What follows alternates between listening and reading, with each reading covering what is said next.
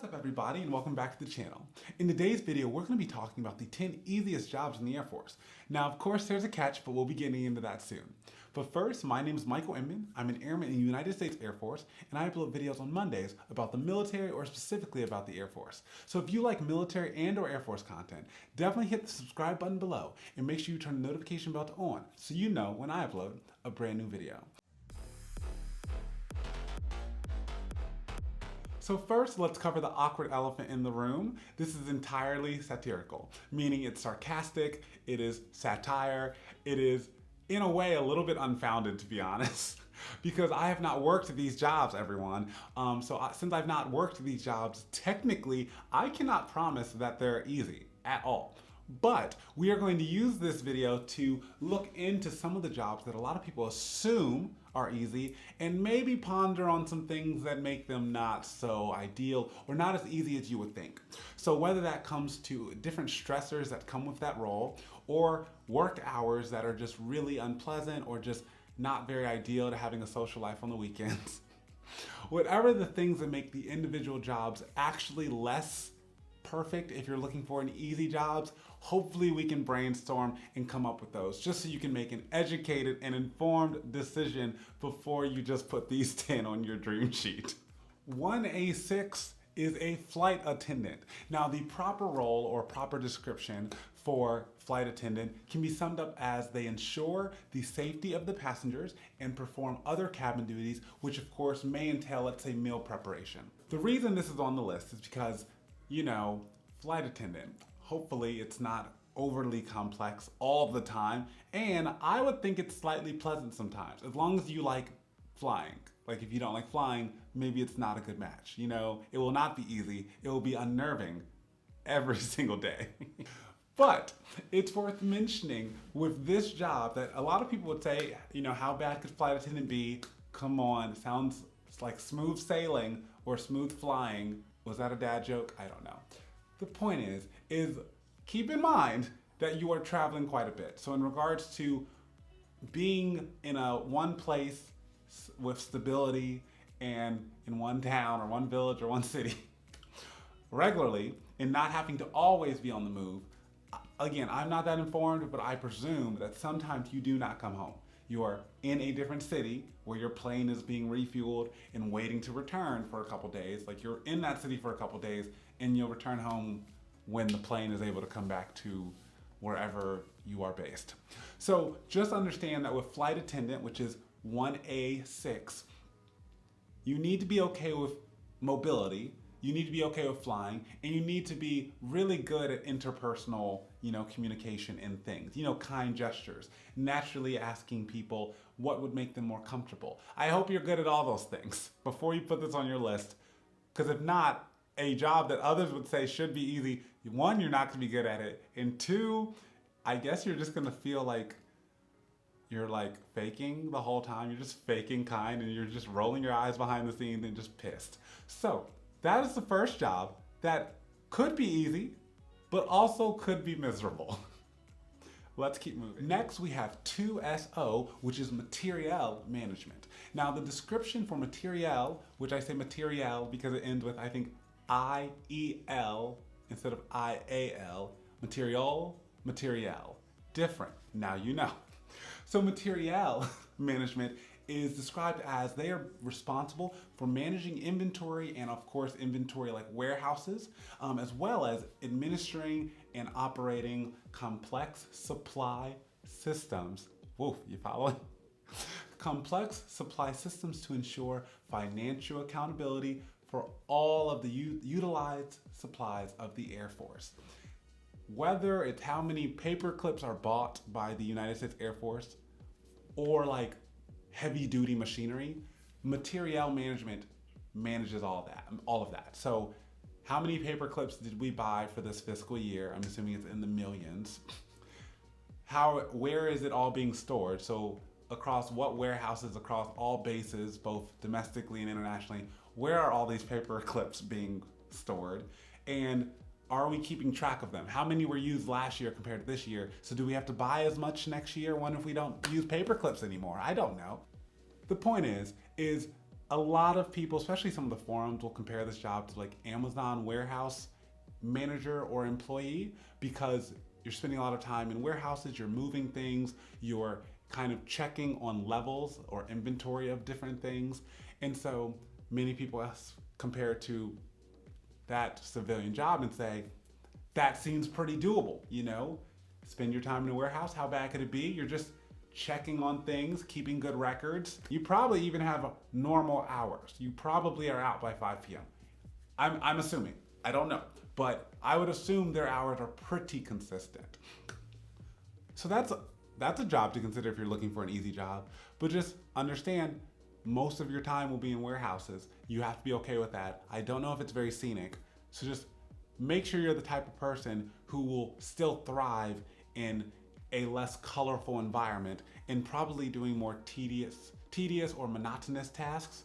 You know, as long as you're okay with that, this job may be the one for you. The next job on the list is fuels. So as you would assume from the name, fuels operate fuels and cryogenic facilities and equipment. And this includes being responsible for inventory and transfer of petroleum, cryogenics, and alternative fuels. So if this sounds like your kind of cup of tea, then do it. The next two positions on our 10 easiest Air Force jobs list, first is 2TO, and the second one is 2T1. 2TO is traffic management. And so the proper, or one of the ways it is often described in a more formal manner, is they perform all traffic-related activities, including using military and or commercial transport to move personnel, materiel, and or property owned by the United States Air Force. And so think of it as traffic management as they're bus drivers, they are driving things to places. You know, they're moving things all across the base. They're moving things between warehouses. They are the ones doing the transportation of things and or people. The other job is ground transportation. Now, they provide the ground transportation capabilities for both personnel and cargo.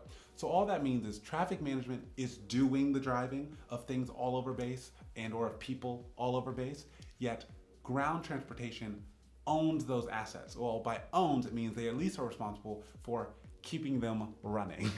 So someone has to keep all of our buses, all of our trucks, all of our cars, all of our security vehicles, all these things that are used to move people and things need to be maintained. And so ground transportation handles that job. Next, we have 3FO, and that is personnel. They help support military personnel and manage human resource programs. Think of that as career planning and or advising military personnel on benefits available to them. So that is what personnel does, and it made this list because it's very similar to HR specialists in the real world, where hopefully your hours will be pretty business-like, like business hours, but I do hope people don't annoy you.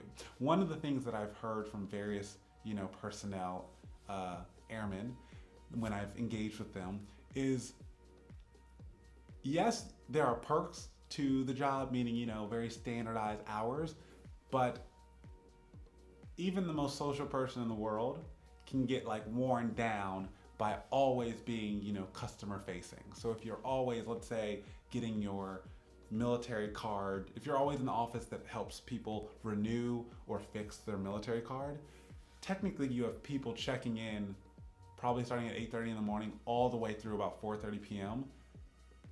saying, "Hi, can you unlock my card? I typed in the wrong, passcode too many times." And it's like a 15 to 20 minute thing. But you, because you work there, you're doing it all day with a lunch break in the middle. So 4 hours of doing it, endless people, getting into the queue, AKA getting in line. "Hi, number 49, you may come back." You do their thing, and then it repeats all day. So you have to be, I assume you have to be good at managing and handling repetitive, slightly tedious tasks, and always being customer facing. Next, we have 3F1, which is services. People who work in services, they manage and direct force support programs in operations and like retail things. The three things that at least come to mind for me are lodging, so our on-base hotels, those are run by services individuals, or at least they are usually tasked to those hotels. Next, we have the fitness facilities or the gyms on base. They are usually entirely run by services personnel. And then the last thing that comes to mind is also the dining facilities or DFACs. Those are, of course, run by services personnel. Something that you should know about services are the hours can be very, very non-standardized, meaning these are not going to be normal business hours. So if the gym is open till 9 p.m. on weekdays, people from the services career field will have to work those shifts. Like someone is there in the building, of course. It's not just, there's not, it hasn't gone rogue and the doors are just open and just anyone can walk in. So that's clearly not how it is. So thus, there has to be someone present helping guests, helping clean the equipment if it's a gym. If it's a hotel, people are of course checking different guests into said hotel. So your hours are going to be different, let's just say that. On top of that, you again are going to have to be good at kind of being customer facing, or let's say for the military, personnel facing, just because you are going to have a lot of contact with people, whether it be asking you questions or asking for a little bit of assistance. So if you don't like people, again, I'm not sure this easy job that you may want to just throw on your list is going to be anything enjoyable to you. Now we're at 3F5, which is administration.